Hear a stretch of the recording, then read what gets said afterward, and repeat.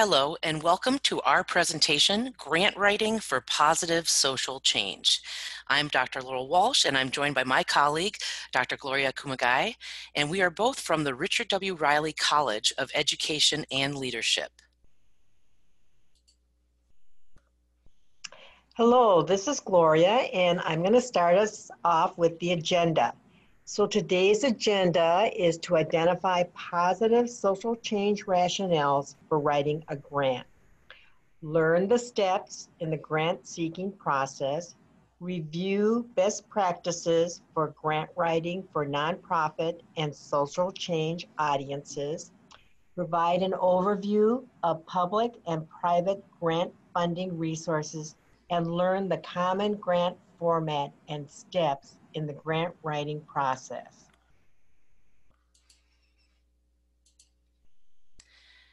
In an era where public and nonprofits are experiencing declining budgets, finding creative and passion projects that you believe in for both academic and clinical environments, it can be a wonderful way to contribute to positive social change and to support causes that you believe in.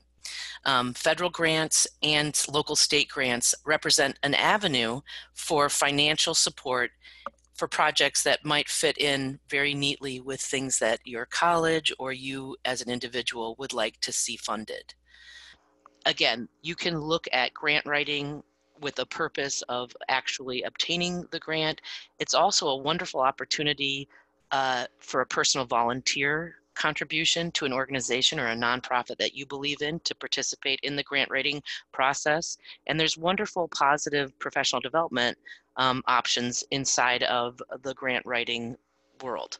You can kind of show yourself as an innovative member of a team inside of Walden. We have research grant opportunities. Or again, if you want to show your creative problem solving in an era where there's less and less contributions being put towards various causes, this is an excellent avenue to pursue for your own intellectual reasoning and for the goal of obtaining funding for a strategic solution to a vexing issue. And just remember, there's so much that we do as academic authors that contribute directly to a really strong social change grant. So there's three major steps to the grant seeking process. And step one is to write a list of your ideas for a grant. And something to think about to jumpstart you is if you had $25,000, what would you do with it? And for further ideas, you can ask colleagues at your grade level or throughout your school or schools, and colleagues across district and your state. Step two is you want to conduct research of potential funding sources. Who might be interested in supporting your project or projects? What public sources are available? What are the private sources available? And step three is contact people in the know. You can write to grant officers of potential funding sources, as well as past winners of grants that you may know or that you're connected to, and also reviewers of grants. What projects has the grant supported in the past? Some wonderful public sources are available at www.grants.gov. And in this website, there's a wonderful set of resources that you can also look at. They have grant writing tips. They have an overview video that sort of give you the basic outline from the abstract, the statement of need, your program plan. They give examples of what these elements look like. There's a list of grant making agencies. There might be some that are active in your local environment. That would be a wonderful source. There's even YouTube videos describing the process, the timeline, other elements. In addition, they have a support center. And if you're in the middle of working on one of the grants that you're hoping to contribute to positive social change, they even have online help right there as you're constructing to say, wait a second, I thought I knew really how to put together my institutional capacity material. I need a little bit more help with that. Those different elements of every grant, from the budget to your abstract, your program plan, that support is embedded in the www.grants.gov website. So it's just a wonderful kind of starting point to give you a really broad overview of what's available, what's going on. And again, that list of agencies is really helpful. Again, your state Department of Education might be another place to start looking at what is available out there and what types of funding opportunities could be done within your Department of Education. In addition, a lot of folks go to the schoolgrants.org website. Now, this is going to provide you with both public and private grant opportunities. They're kind of put together there. And these are more for individuals who are working in the K-12 space. If what your social change agenda, if it falls under that umbrella of K-12 institutions, there's some wonderful insights and materials. You know, a lot of times these will be analogous to a statewide effort to increase science scores, for example. And then if that's part of your passion, be really wonderful to align it to some of those state grant guidelines to ensure that your work is with the agenda of the state Department of Education in that moment. So just going and looking and see what kinds of grants are being offered, if they're affiliated with something inside of your social change passion project. And again, that provides not just the state grant opportunities, but a number of organizations and companies that operate in your state who want to fund these projects as well. There are also private sources that fund grants, and we've listed some of these. You will note that we have websites listed for all the funding sources and that you can go directly to those websites to find out further information. One private source is foundations, and we have an example here, the Brown Foundation Service Learning Program. There are also foundations located in major cities in just about every state. And so look at those foundations within your own vicinity. One of the interesting things about foundations is at one time they used to fund like galas and tables at fundraising events, and they have moved into looking at issues that affect society. So they're looking at issues that affect people of color, closing the achievement gap, how to have a better community within a city, reaching out and connecting to one another. So your ideas for social change may align with the foundation's focus now. Another private source is nonprofit organizations, and the Nonprofit Times has information on nonprofit organizations and applying for grants to those organizations. And then there are companies and or big businesses. Verizon, Medtronic are a couple examples. Within your own area where you're located, you might have businesses that have grant funding programs. So be sure to check out those businesses. We want to caution you in terms of companies to look for location requirements. Oftentimes they'll have a requirement that they will only fund projects that are in the location of their headquarters, or that the project has to be carried out within a certain vicinity. So check out the location requirements when you look at companies as well as foundations and nonprofit organizations.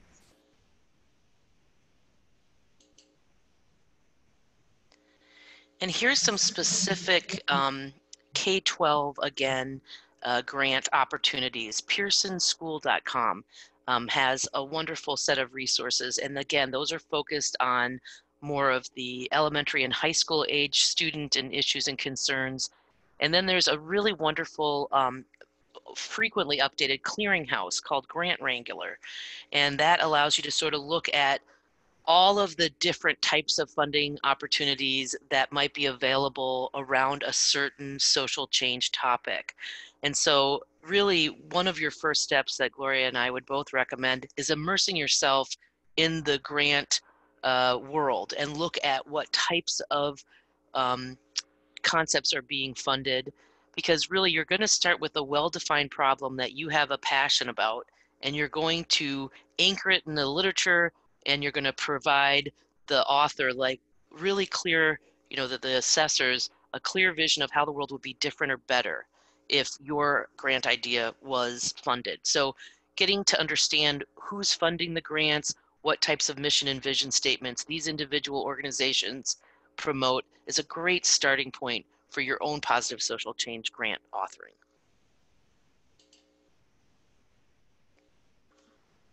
You want to share some best practices for grant writing for social change audiences?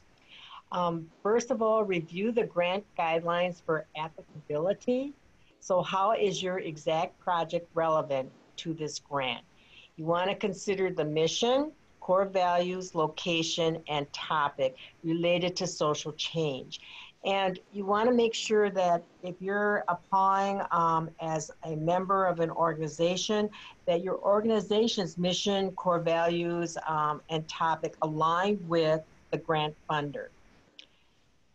Construction materials are those forms and information that you need to develop your grant proposal. So you want to download the grant cover sheet. Usually there's a reviewer's evaluation form on the funder's website and any assessment rubrics and checklists. You want to be sure that you study those and notice the due dates, and then build the due dates into your calendar. You want to allow time for revisions, because once you write your initially write your grant proposal, you want to have time to do some revisions to fine tune your proposal. And then plan to submit early with all experts or consultants or colleagues reviewing in advance.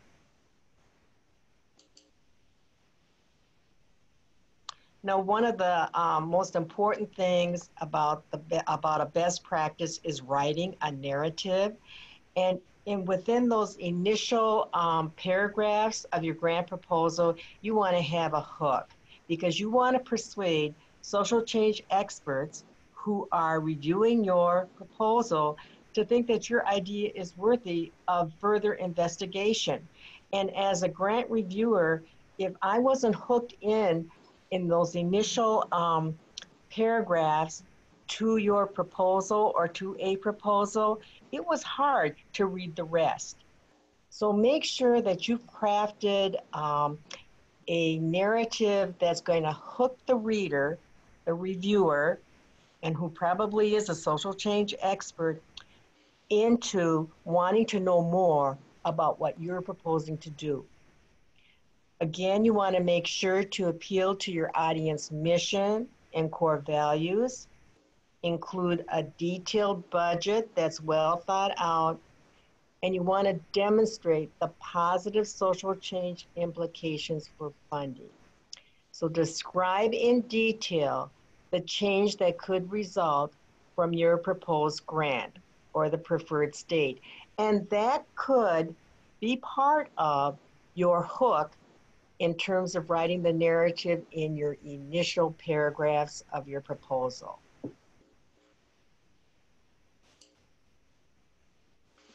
So it starts with sort of looking at what are funders looking for. And make sure that your headings inside of the grant are the same that are listed in the grant guidelines. Use those rubrics to ensure that you're encapsulating everything. Look at the keywords in the grant itself and make sure that you use similar language and even sometimes the exact same terms to ensure that alignment occurs in the narrative. I strongly encourage you, and as an editor, I don't say this lighthearted, editors need editors. So make sure you use an editor and or expert reviewers so that your grant is concise and compelling. A lot of feedback that I've received on preliminary drafts of a grant include being very, very explicit and distilling those ideas carefully. Not all of us are used to writing up budgets and justifications.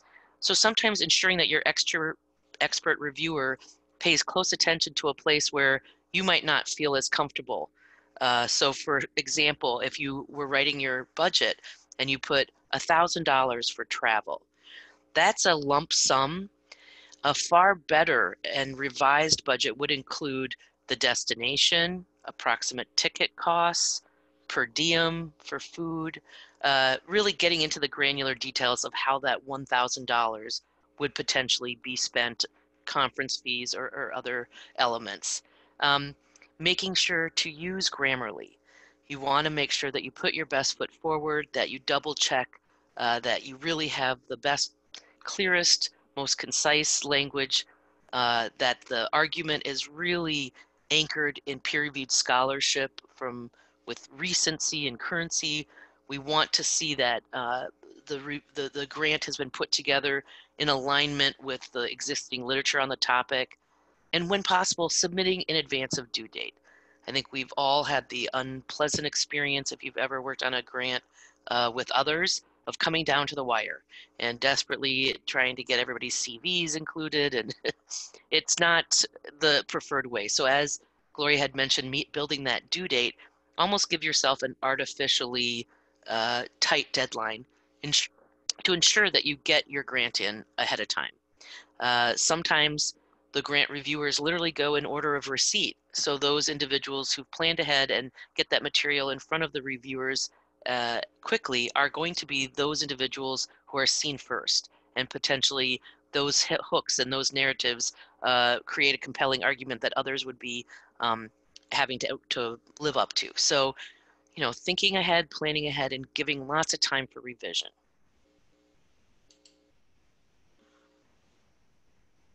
So we want you to go make the world a better place. And so with your grant proposal, review processes take time. So don't get discouraged if you do not hear back according to your timeline.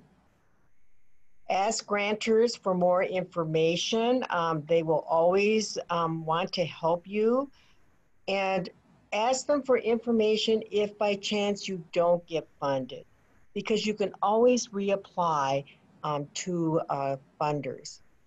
Be passionate about any project for which you seek grant funding, and that passion should be demonstrated in your hook. We want you to care deeply and try your best, because we all know the world needs scholar practitioners with grant writing skills. And that's so important to not get discouraged. And one of the reasons I think we started with all of the different places where grants live is that the act of putting this together and creating your statement of need and your program plan, and helping people see what your budget would be allotted for, justifying those decisions. That's a really wonderful set of skills to practice that correlate to capstones and other types of academic writing. So really just, we know that there are wonderful opportunities for our scholar practitioners to work collaboratively to ensure that great ideas get funding. And this presentation is really an effort to see that, if you have a dream that you'd like to see get some financial backing, what a wonderful place to start. Grants are here to ensure that communities get the resources they need to improve conditions for those who are marginalized and maybe have the fewest advocates. So just using this as an avenue towards increasing positive social change in your community is really powerful. In addition, if you have follow-up questions after you've gone through our materials, Gloria and I have embedded links throughout the presentation to more resources. And again, as you get into your actual grant authoring, you might think, man, I wish I could ask those guys a question about this, or my idea is good, but is it fundable? We have some other resources that will be provided to you when you review this material. And we thank you in advance for reaching out to us with any questions you might have about authoring the grant of your dreams. Gloria, any closing thoughts? I think that Walden's whole emphasis on scholar practitioners and positive social change aligns so well with looking at funding for your social change projects. I agree. Thank you guys so much for joining us today for this presentation. And if you have any other follow-up questions or concerns, Gloria and I would be happy to answer them.